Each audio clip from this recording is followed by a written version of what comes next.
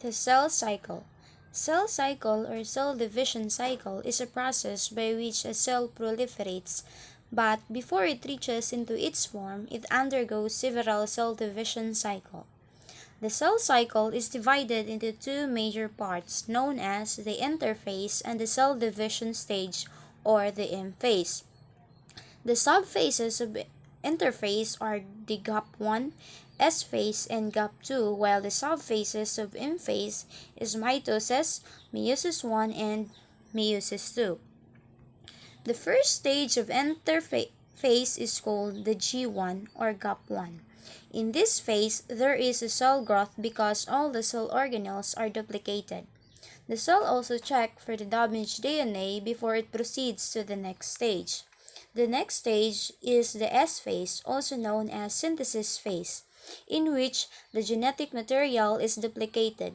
And during this stage, replication of DNA or chromosomes occurs that forms two sister chromatids. And the last subphase of interphase is the G2 or GAP2, in which the protein synthesis takes place that creates enzymes needed for the cell division. In this stage, final repair of damaged organelle are done, and if the damage is beyond repair, it will undergo apoptosis, and thus the final preparation for the mitotic phase must be completed before the cell is able to enter the first stage of mitosis. So let's now proceed to mitosis. The cell division that occurs in somatic cells and the end product of mitosis is that it produces two identical daughter cells. It composed of four stages. First is the prophase. In this stage, the chromatin starts to condense into a duplicated chromosome, and the nuclear envelope starts to disappear as the mitotic spindle develops from the centrosome. Next is the metaphase. In this phase, the microtubules extends from the opposite centrosome that is attached to the kinetochore of each sister chromatids. As you can see in the figure below, the sister chromatids line up at the center or at the metaphase plate. In anaphase, the microtubules attached to the kinetochore of each sister chromatids contract until the connection of the centromeres of the sister chromatids break, and each of the sister chromatids moves to the opposite pole. At the end of anaphase, each pole of the cell has a complete set of chromosomes.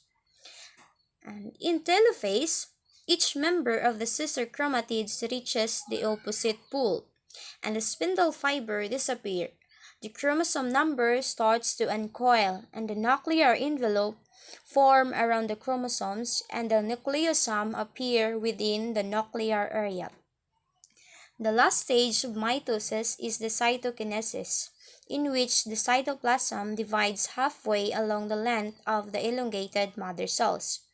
And after mitosis, it will produce two identical daughter cells. Another subphase of M phase is meiosis. Meiosis will occur only on a specialized cells called non-somatic cells. It involves two cell division, the M1 or reduction meiosis and M2 or the equatorial meiosis. The first phase of meiosis is meiosis 1, that is also known as reduction meiosis because it involves separation of homologous chromosomes that results in the reduction of chromosome number per daughter cells. It consists of the following stages. The prophase 1. This phase has 5 subphases, includes leptonema. Chromosomes thicken and become visible, but still the chromatids remain invisible and the centromeres begin to move forward the opposite pole. The second substage is zygonema, in which the homologous chromosome enters synapses that forms synaptonemal complex. Next is the pachinema, in which the synapsis is complete all throughout each pair of homologous chromosomes, and there is a crossing over of genetic exchange between non-sister chromatids. Next is the diplonema, in which the synaptonomal complex is dissolved and the tetrad of four chromatids is visible. And the last subphase is the diakinesis. The chromatids thicken and shorten. At the end of prophase 1, the nuclear envelope breaks down and the spindle fiber begins to form. So, the cell will proceed to metaphase 1, in which the tetrad line up along the metaphase plate and the homologous chromosome pair attaches to fiber from the opposite pole. In anaphase 1, the microtubules pull the attached chromosomes apart, so the homologous chromosomes moves to the opposite pole as the sister centromere remains connected and the chiasmata are broken or dissolved. Next is telophase 1. The separated chromosomes arrive or reaches the opposite poles and the nuclear envelope form around the chromatids. And the cytokinesis separate the daughter cells, and the end product of meiosis 1 produces two daughter cells with half the number of the chromosomes.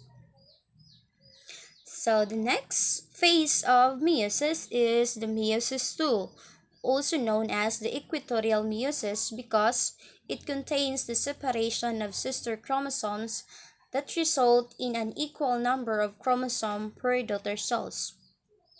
The subphases includes prophase 2, in which the chromosome condenses as the centriole moves towards the opposite poles and the nuclear envelope breaks down.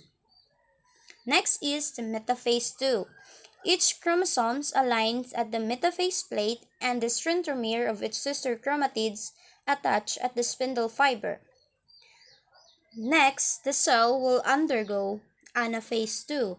The sister centromeres detach from each other and the sister chromatids separate and are pulled towards the opposite poles of the cell. Next is a telophase 2, in which each sister chromatids begins to uncoil. Then, the nuclear envelope begins to reform. The cytokinesis splits the chromosome sets into a new cells. And so, after completing meiosis 1 and meiosis 2, it produces four daughter cells, which is unique from each other with respect to the parental cells. The eukaryotic life cycle. Eukaryotic life cycle depicts the course of an organism development. It is presented through a series of developmental stages, which starts from the inception stage of the initial generation to the inception of the succeeding generation. The gametic life cycle. It is the reproductive cycle found in animals and some protists. The term gametic refers to the fact that gametes are the result of meiosis. You have here the stages. First is the growth and development of diploid individuals, then the production of reproductive cells of diploid individual. It produces gametes through meiosis, and if egg cells and sperm unite, it produces a diploid individual. Next is the zygotic life cycle. It is the simplest sexual life cycle that's common among fungi and protists, and these organisms are haploid during most of their life cycle.